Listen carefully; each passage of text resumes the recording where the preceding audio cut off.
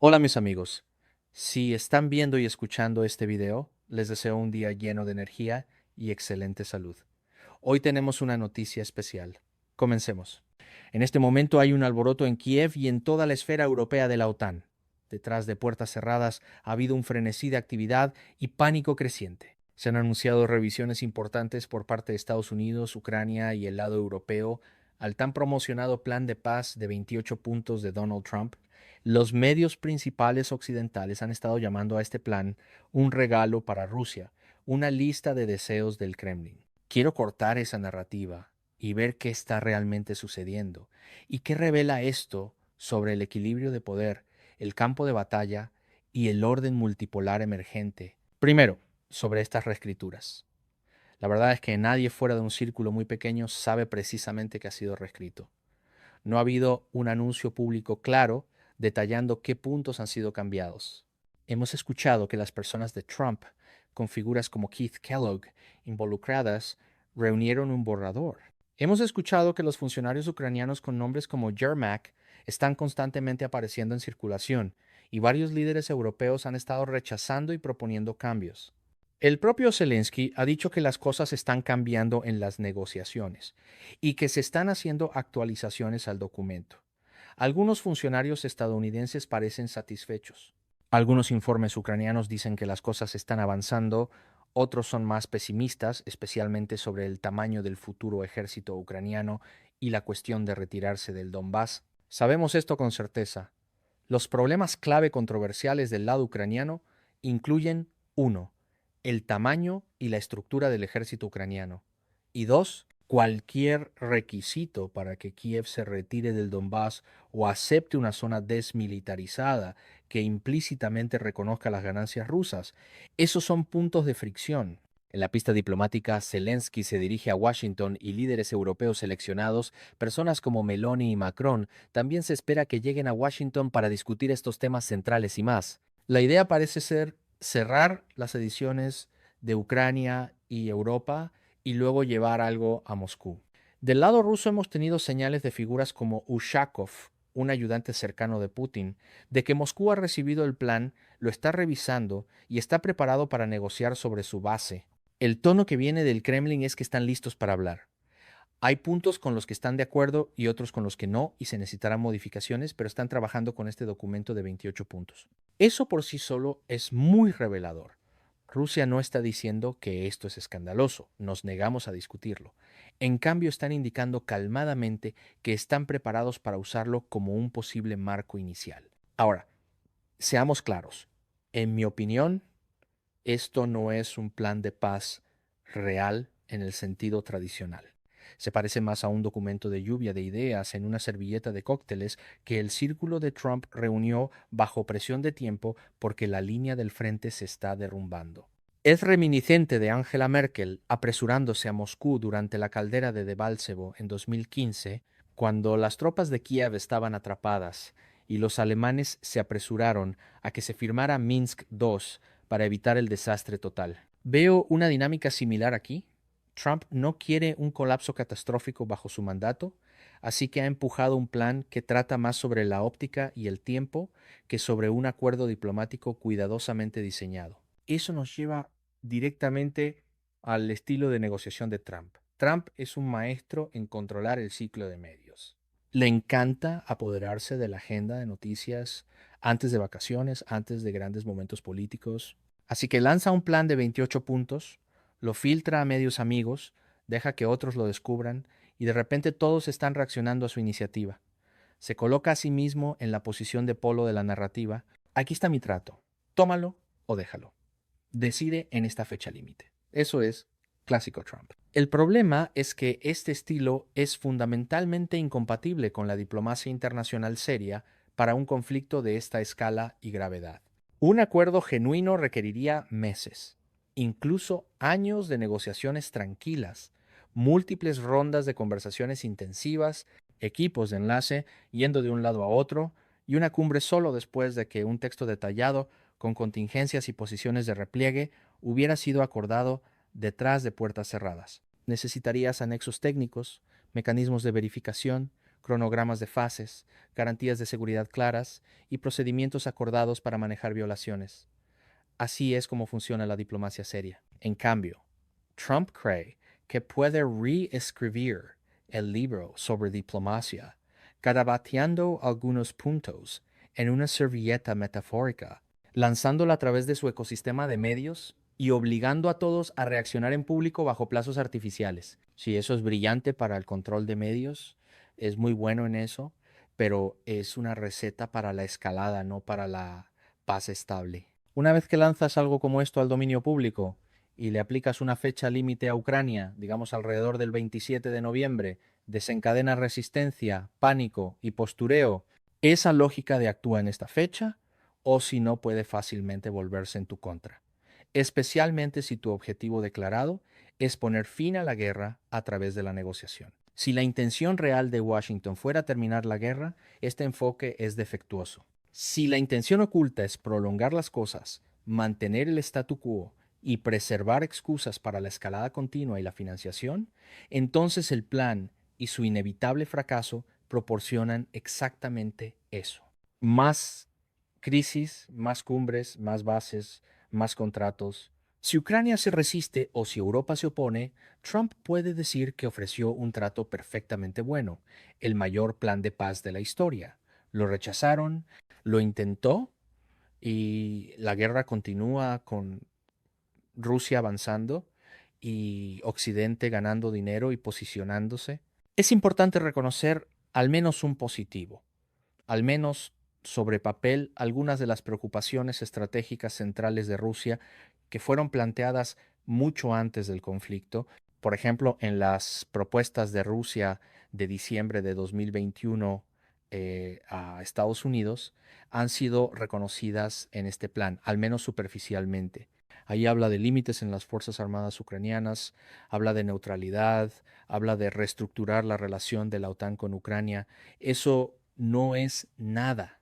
Sugiere que partes del establishment estadounidense ahora entienden que algunas de las líneas rojas de Rusia son reales y deben ser abordadas.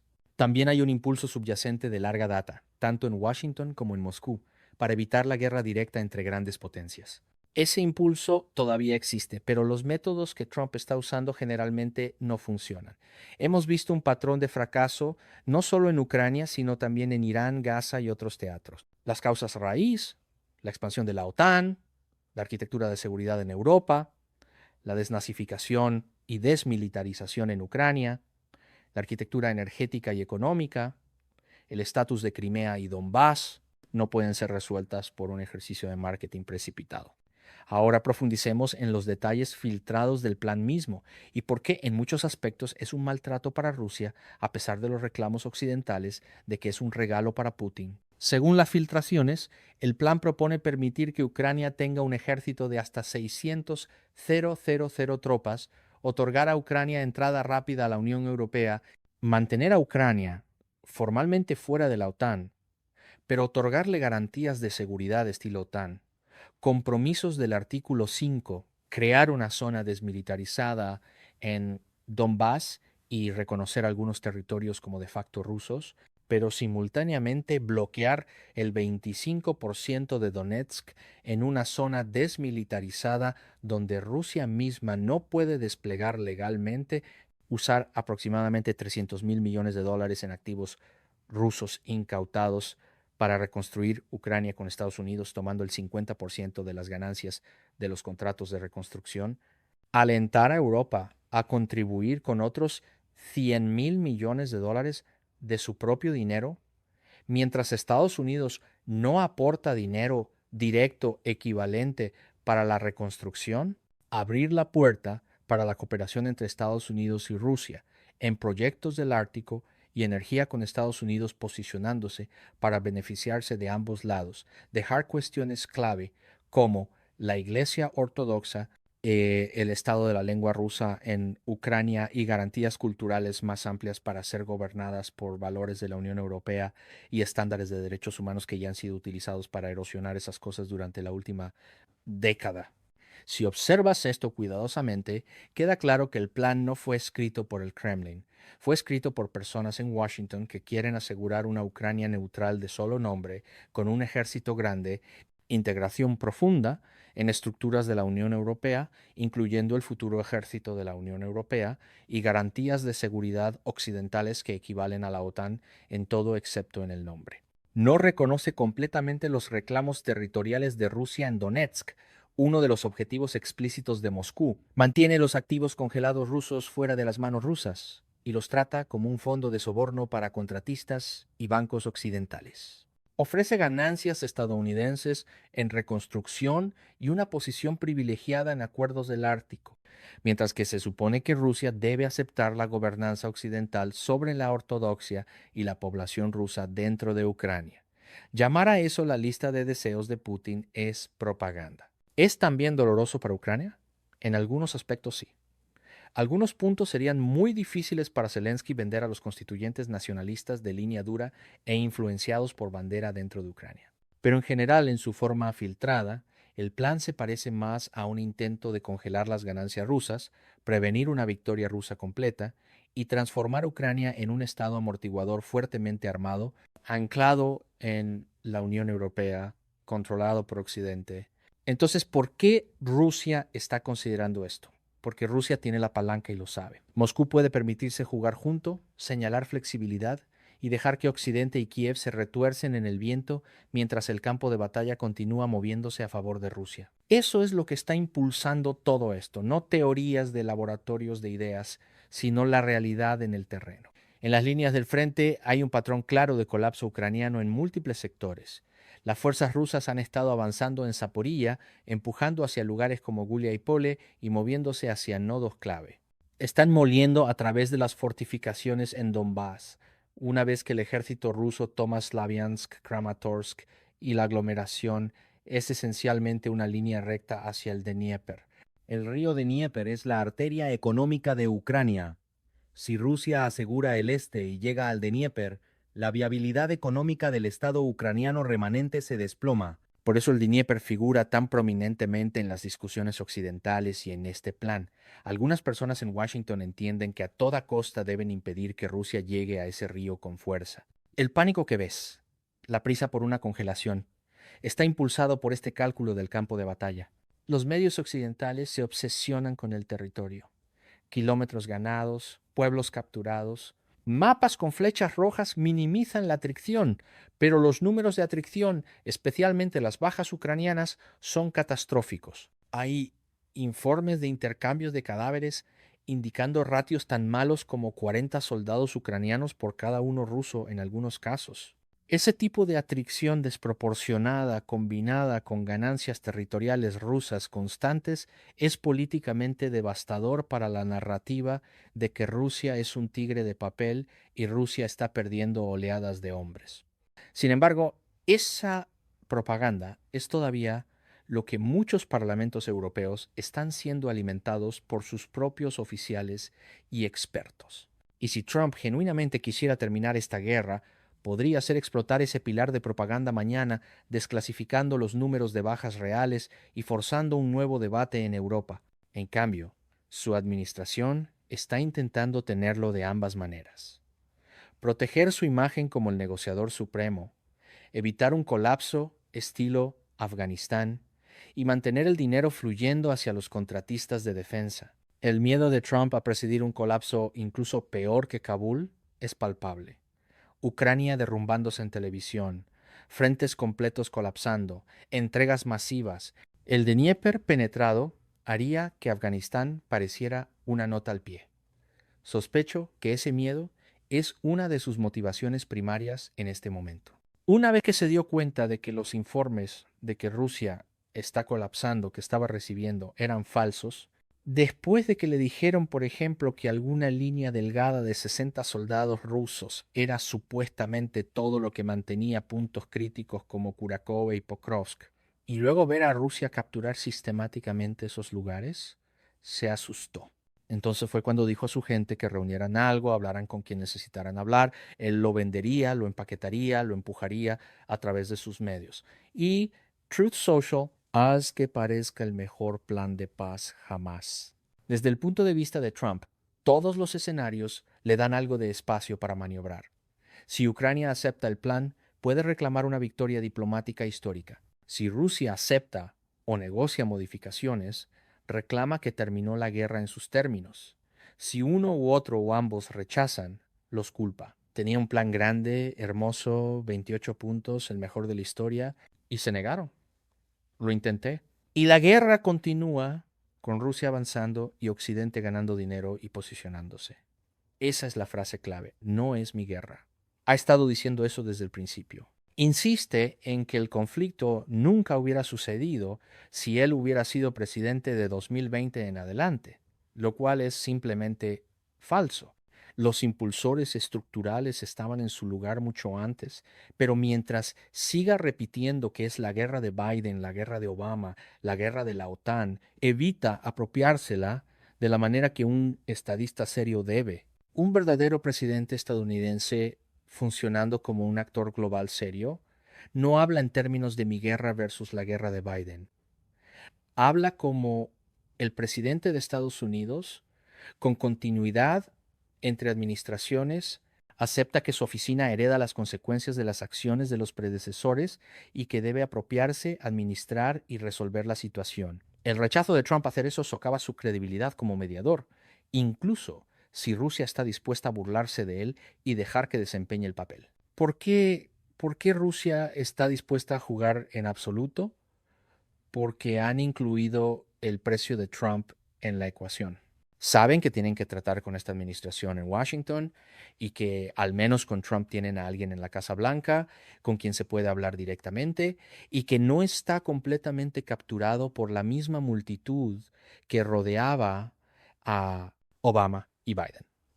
También saben que en algunos años habrá otro presidente, posiblemente un demócrata, posiblemente un republicano diferente como J.D. Vance, y que todo podría ser deshecho.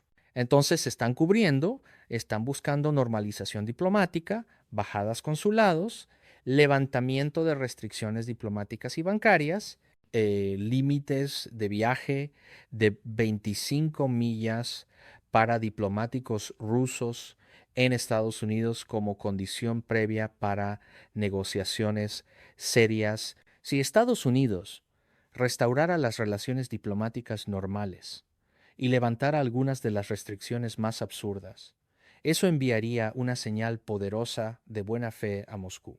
Pero hasta ahora ese trabajo fundamental no está sucediendo. En cambio, el enfoque está en el gran revuelo de un plan de paz. Europa y Kiev también tienen sus propias razones para resistir cualquier acuerdo final en este momento. Para los líderes europeos, la guerra en Ucrania se ha vuelto existencial para su legitimidad política. Todo el proyecto europeo, la autoridad de Bruselas, la autoimagen de la OTAN, la historia que cuentan a sus propios ciudadanos sobre democracia, orden basado en reglas y fronteras que no pueden ser cambiadas por la fuerza, depende de la narrativa de Ucrania. Si esto termina con una victoria rusa reconocida o incluso una percepción de que Rusia se llevó lo mejor de Occidente, entonces los europeos preguntarán cuál fue el punto de todo esto. ¿Por qué desindustrializaron nuestras economías? Volaron nuestras relaciones energéticas con Rusia, arruinaron la industria alemana, nos empujaron a una espiral de deuda solo para perder. Las calificaciones de líderes como Scholz, Macron y Starmer ya son desastrosas. No quieren que la guerra termine de una manera que los obligue a confrontar las crisis domésticas que han ignorado. No quieren explicar por qué insistieron en que la economía rusa se estaba derrumbando cuando no lo estaba, por qué dijeron que Moscú se estaba quedando sin misiles cuando claramente no lo está, por qué le dijeron a sus públicos que el ejército ruso se estaba desmoronando mientras avanza y se adapta. Es mucho más fácil mantener la guerra en marcha e impulsar todo hacia la niebla del apoyo a largo plazo y el sacrificio compartido. Para Zelensky la lógica es aún más brutal. Su trabajo en términos prácticos es mantener el dinero fluyendo. Mientras los fondos occidentales y las armas continúen llegando, puede mantener a los oligarcas alimentados, los batallones nacionalistas leales y su círculo interno a flote. Si fracasa en eso, está terminado políticamente y probablemente físicamente. Por eso siempre presiona por más más armas, misiles de mayor alcance, más dinero, más sanciones, más garantías de seguridad. Terminar la guerra, especialmente de una manera que se vea como una derrota, expondría la corrupción, los escándalos y la realidad fea en el terreno en Kiev. Todo esto está sucediendo dentro de una realineación global mucho más grande. La llamada telefónica entre Trump y Xi Jinping es parte de ese contexto. Trump inmediatamente saltó a su plataforma y dijo que todo era excelente. Hablaron sobre agricultores, Ucrania, Rusia, China. Es fuerte. Xi es un líder. Tal vez visite China en abril. La rutina usual de vendedor.